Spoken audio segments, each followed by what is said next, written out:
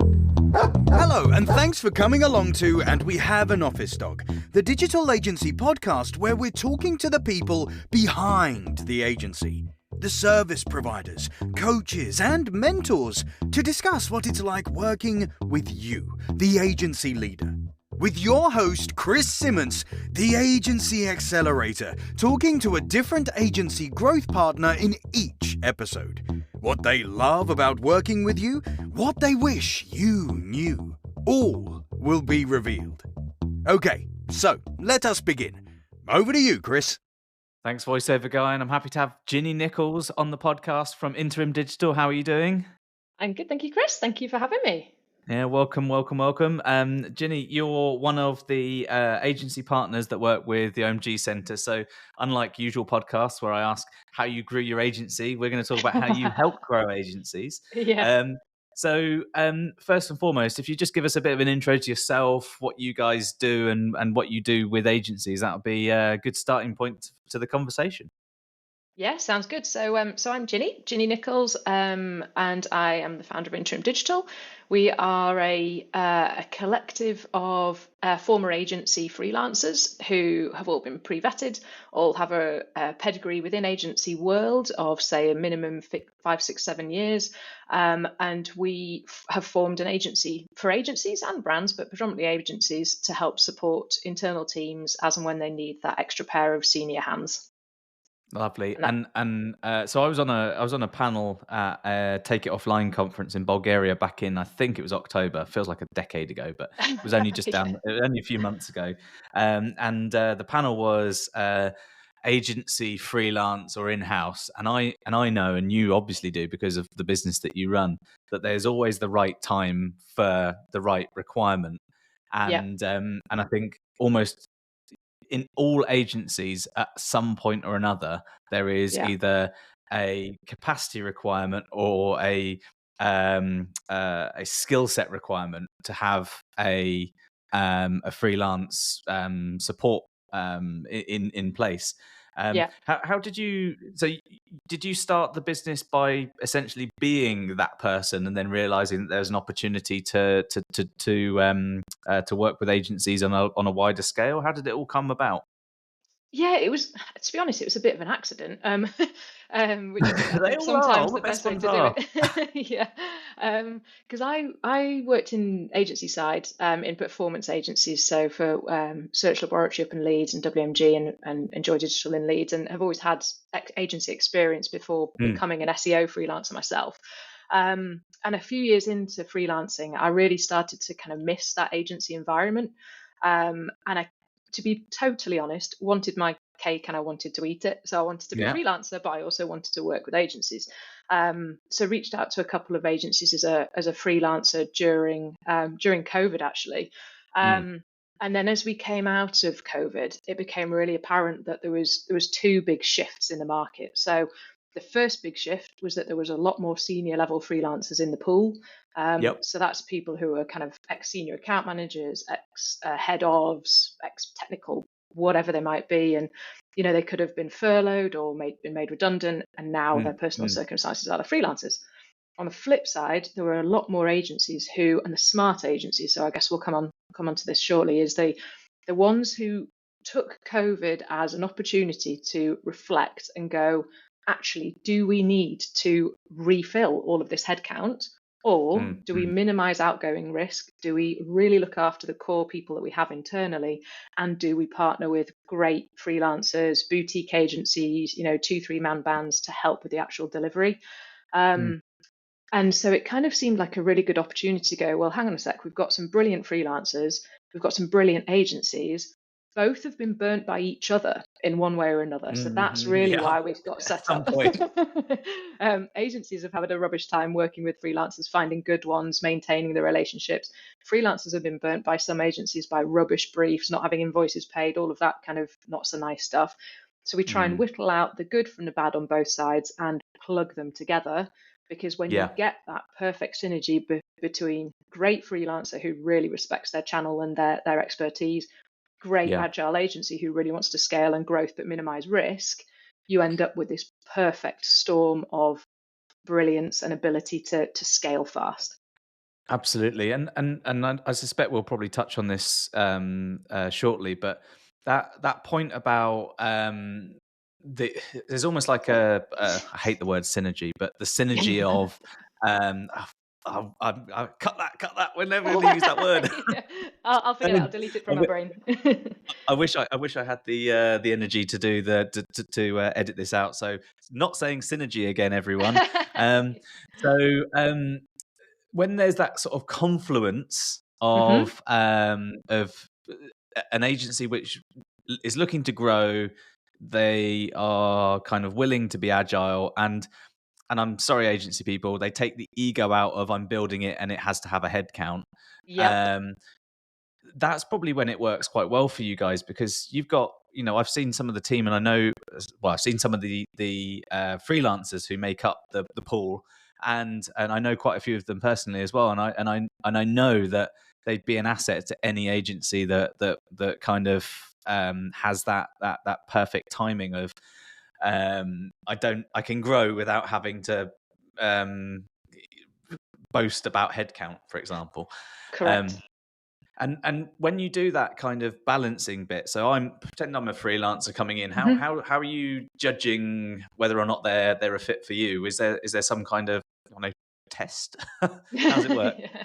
Well, I think we kind of coin it that we're people first, channel second, because there's a certain level of expectation that if you've been working in a decent agency for 6 or 7 years, if you Yeah, don't know your SEO or PPC onions, then there's something really wrong.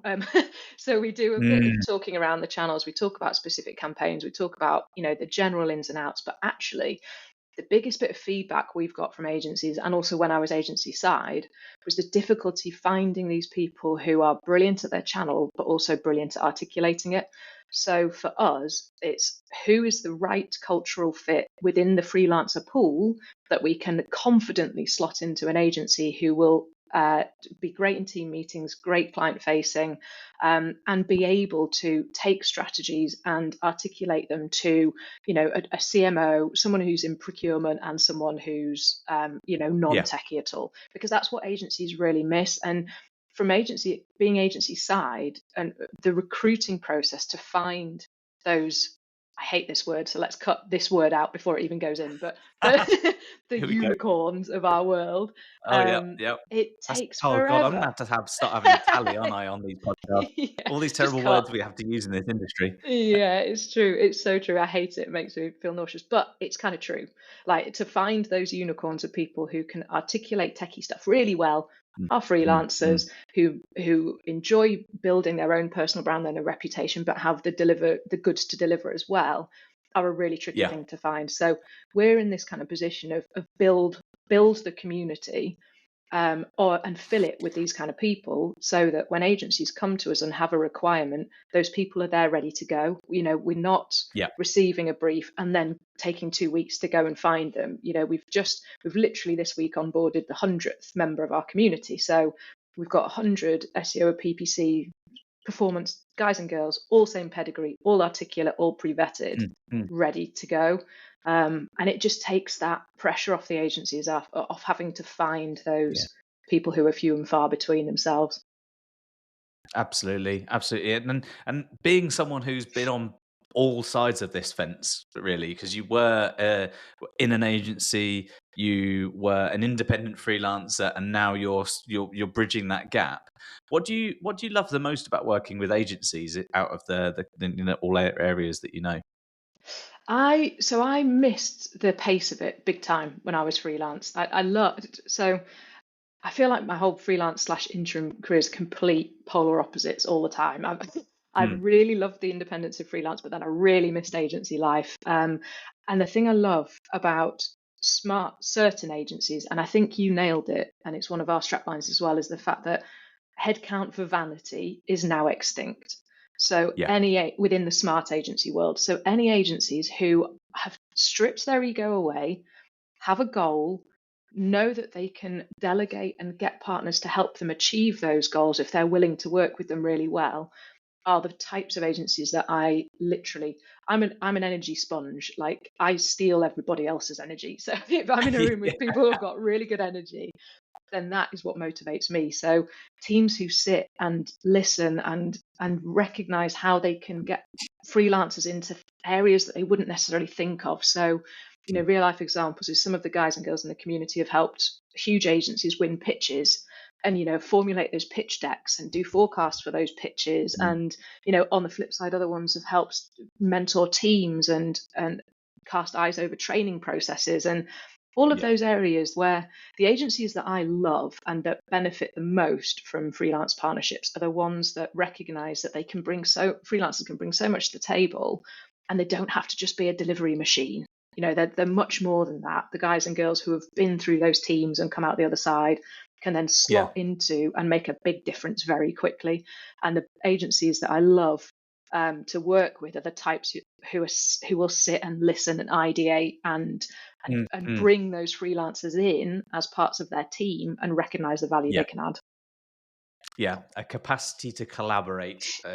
Literally just thrown that out of my head. I think a willingness I think as well. So I think an ideal agency that would work with you guys realistically would not necessarily be one that has that kind of paradox of expertise, should we say, where they're great at delivering certain services, but because they're really good at one thing, whichever that might well be in their sphere, they're less willing to look for support elsewhere that helps them to grow in whichever guise that may well be. I think, once if you're an agency leader listening to this and thinking, I've been burned by freelancers in the past, never again, I'm going to hire in-house. Maybe you should reconsider that, because there are an awful lot of smart people who will never take a Monday to Friday 9 to 5 ever again because they don't have to, and you're leaving that opportunity on the table. But if you start, if the best agency leaders listen, without doubt, they don't often, you speak up when you're talking about the vision, you speak up when you're talking about anything leadership related and setting tone and direction, but you listen in all other aspects in order to get the right idea of what needs to be done and where to go. Hey, voiceover guy here. Me again. Looking to accelerate the growth of your agency? Well, check out omg.center/info. Oh, sorry, Chris. Honestly, I pay the guy once on Fiverr and he keeps coming back. So in your experience then, with working with agencies, other than, that listening aspect and the ability to want to collaborate, what do you think separates some of the best from the rest? That's a great question. And I think the ones that I particularly have seen do the best, I think they have three kind of really good qualities. And it's an obsession with good client service is number one. The obsession to look after their team, because I think on the flip side of agencies being burnt by some freelancers, there's also this kind of slight fear that I've felt anyway from certain agencies, that they think all of their team want to go freelance, and it's not everybody wants to become freelancers. So I think there's a certain element of fear whereby if you get freelancers in the team will start talking. They'll go, oh, this guy he only works 2 days a week, but look at the gig he's got. And actually, there's a certain reassurance piece there to be done with agencies to say, not everybody wants to go freelance. They might say they do, but the people who actually say they do and then go freelance are very different. So recognizing the security within your own team, really getting to grips with your own team, looking after them and listening to them and empowering them and bringing everyone in as a collective is such a powerful thing. I think it's when you've got the dictatorship leaderships that are sell fast, sell first, think later, are the ones that become a toxic place to work. And they might do well in terms of revenue, right? But that might be their priority, which is great. But it really depends what you're wanting to achieve. And if it's growth and it's attracting really great talent, attracting really great freelancers, attracting really great clients, it's those people that listen and want to collaborate and recognize that you can't achieve, doesn't matter who you are, you can't achieve your goals by yourself. You have to empower a team around you to support your vision and deliver it. So without that, you're going to stunt your growth instantly. So it's kind of, I think. I mean, I learned a lot of lessons from a lot of mistakes when I was running an agency. But one of those things which thankfully, based on what you just said, I didn't do wrong was fear the freelance. What we used to do was just have really clear and well communicated non-compete, non-solicitation, and fair Yeah. use of resources policies. And I encouraged people to have their own side projects and their own out of hours freelance projects and things, because those were the people that, yeah, they want to do it for an extra couple of quid for holidays or whatever, and they might not necessarily want to be a freelancer, Hmm. but they also would. I benefited as an agency leader from them being able to um, know more, have a broader experience, tackle projects which might have lower resources than an agency can carry, but require smart ways of solving problems and things like that. And all of those things only make your team better. Yeah. And having an iron boot around their neck doesn't help, and if anything, it probably does the opposite. It probably does push them to leave, like you say, a bit more toxic environment. And the other aspect as well is like having brought in freelancers in the past into our agencies and worked with some. Obviously, some things go well and some things don't, as Yeah. we talked about a moment ago. But I noticed that the look at that person, they're doing 2 days a week with us, and they must have the best life ever. That, if anything else, was a an opportunity for the team to see, where their career might take them in a few years' time, and Hmm. aspire to drive something. The average turnover in an agency is about 18 months to two and a bit years or so. Yeah. So don't fear and hold your team back just because you worry they're going to leave. They're going to leave at some point. Yeah. This Yeah. isn't Unless North they, yeah. Korea. Yeah. um, so in terms of that aspect of like really listening and things like that, I'm guessing that quite a lot of the value that you guys play in the matching and the management aspect of this is that you kind of keep a view on making sure that the agency is listened to, so the scope is clear, and Yeah. that the freelancer listens to the scope and the brief, and that both sides have kind of a really good understanding of each other. And I think almost all problems when it comes to dealing with any parties, whether all human beings, every Mhm. conversation is a negotiation in many senses, and the Yep. best part of any relationship comes from my understanding of my words being conveyed properly and listened to properly by you, and so on and Yep. so forth. Do you have like a standard way of managing pitches, and however how does it work? So if I'm an agency and I'm thinking, right, I need some warm bodies to do some smart work, how do Mhm. they go about getting the right communication so you can do it properly? Yeah, so a big part of that is that we say to agencies, when you get those tenders and they're really rubbish and it's the worst pictures of your life, don't do that to freelancers, right? just because brands do that to you Yeah, doesn't mean it's the right way to do it to freelancers. So learn yeah, from the stuff that you hate to get in your inbox from brands when you're asked to pitch, yeah. and do the polar opposite when you engage with freelancers, because our one of my kind of internal KPIs, not that we kind of really measure it, but an objective, should I say, as opposed to a KPI, is to Mm, minimize the questions that are asked on the brief from agency to freelancer, because we're both coming in at senior level. We've got mm, X mm. head of SEOs, we've got X head of PPCs, whatever they are. So channel specific, task level, we should Yeah. expect there's a certain level of lack of need to communicate on the specific deliverables. Mm, So mm. when it Yeah, gets yeah. to that strategy overlay, it's like, right, okay, what can we do to make sure that the go between, back and forth with that understanding of the brief is as minimal as is physically possible? So we Mm, treat it just as we would want the perfect brief from a client to agency, brand to agency. So what are the business KPIs? What are they feeling they're missing? What's keeping them up at night?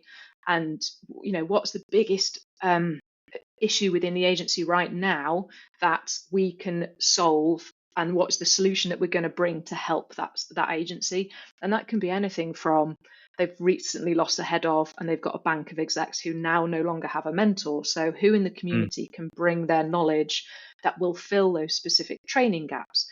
Yeah. What is it within, it might have landed. So a really good example is, and where, going back to your question about what makes brilliant agencies brilliant, is the ones that recognize that they aren't specialists in certain things. So it's really, really hard to hire an SEO if you haven't got an SEO in house. It's that constant chicken and egg. Like, how does an AD or a client services director truly interview an SEOer? So in that instance, we get SEOs to review the briefs, we get SEOs to communicate back to and articulate back to the wider agency team to say, this is how we bring it, but how we plug it into your overarching, omni-channel strategy, etc. So really, I guess, to go back to your original question, how do we make sure that it all works? Do we have a standardized process? We don't have a standardized process, but we have a standardized ethos of make sure that we're getting under the skin of what it is that the agency needs, and we design a solution based on that. And to be honest, your answer has made my question seem silly now, because actually it does make sense. Well, it makes the amount of nuance in PPC and SEO and the amount of nuance in agency in general means that a process per se will only restrict and curtail value, whereas the governance based around ethos, and it's got to fit these kind of am I being understood and am I understanding boxes, makes more sense, because you're talking about people at a peer level talking to each other. They need to understand that something needs to be written down in order to be able to be signed off as a contract. Anyone who knows what they're talking about would do that, but the ethos and methodology around making that happen is actually more important to a certain degree than having a full on fill in this form, right, these boxes process type thing. So Interim Digital is spending all of its profits this year on R&D to build a one-time use magic wand, and that magic wand is going to get used to change one thing about every agency on the planet in one go. What's the wand going to be used for? Can it be like a giant Interim Digital logo bat signal that I just send into the air, so every single agency in the UK knows that Interim Digital is a thing, and just our massive pin can alight the sky of the agency world? So in lieu of using all of those profits in advertising, we're going to do a giant bat signal that, I'd say that there's some truth in that, to a degree, that as an agency leader, you've just got to work out that it is possible to get decent support without A, bank being broken, and B, there's lower risk of there's much lower risk of being burned if you're working with an organization, should we say, that helps to kind of govern the way that things are run, and kind of the process around it, the matching and stuff. Because sure, you can put a post on LinkedIn or whatever, anyone know any PPC freelancers, and you'll get 50,000 responses, most of which are generic, most of which aren't going to go anywhere. Or you can find a service that puts you in front of the right people who match your immediate requirements. So that bat signal realistically needs to be in the back of someone's mind 24/7 when they're running an agency, doesn't it? Well, 100%. And actually, whilst I can call it the bat signal, it is the wider thing for us, and I try and spend as much time as is physically possible doing it, is that kind of education / reassurance piece to agency owners that there are people out there that understand them and that understand the pressures they're under. So a big part of what we try and bring as a community or a collective to these agencies is not just coming at them from a specialist channel perspective, but coming at them from an empathetic perspective as well. Because I've been in those agency teams, I've been in the pitches, I know the pressure that comes with clients, I appreciate the pressure that comes with recruitment. Everyone in the collective or the community, however we term it, understands those pressures. So when we strip Interim back, what we're really proud of doing is relieving pressure to give agency owners brain space back, because that is when you've got a gap in resource, you've got a toxic employee, you've got pitches that you're losing because you're not being able to put the brain power into them, because you've got all of these issues with the recruitment, and you've got 50,000 plates spinning, and Yeah. sometimes it can feel as though there is no option. And yes, we bring people fast. Yes, we bring specialists really quickly, and we have a great understanding of channels, etc. That's amazing, but that is a given. Bearing in mind what we say we do, the real value add is bringing that emotional intelligence aspect and going, there is someone here who you can talk to, and we have got your back, and we're not here just to make a punchy day rate and get the hell out of the back door. It's what can we bring to help you immediately, and also what can we leave as a continuing value add.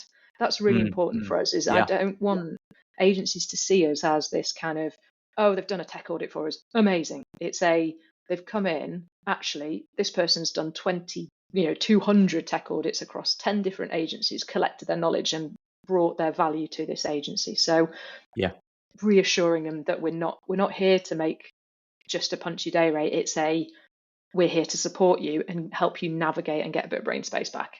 Not just a punchy day rate. Perfect way to end the podcast. Thank you so much for coming on, Ginny. And anyone listening to this who hasn't used any freelancers when they're growing their agency, consider it, because it's a very smart move. Anyone who's used a freelancer in the past and you know the pain of it, that's what Interim helps to solve. So that's literally it, right? Thank you so much for coming on, and we'll speak to you again soon, I'm sure. Brilliant. Thanks, Chris. Thanks for having me. It's been awesome.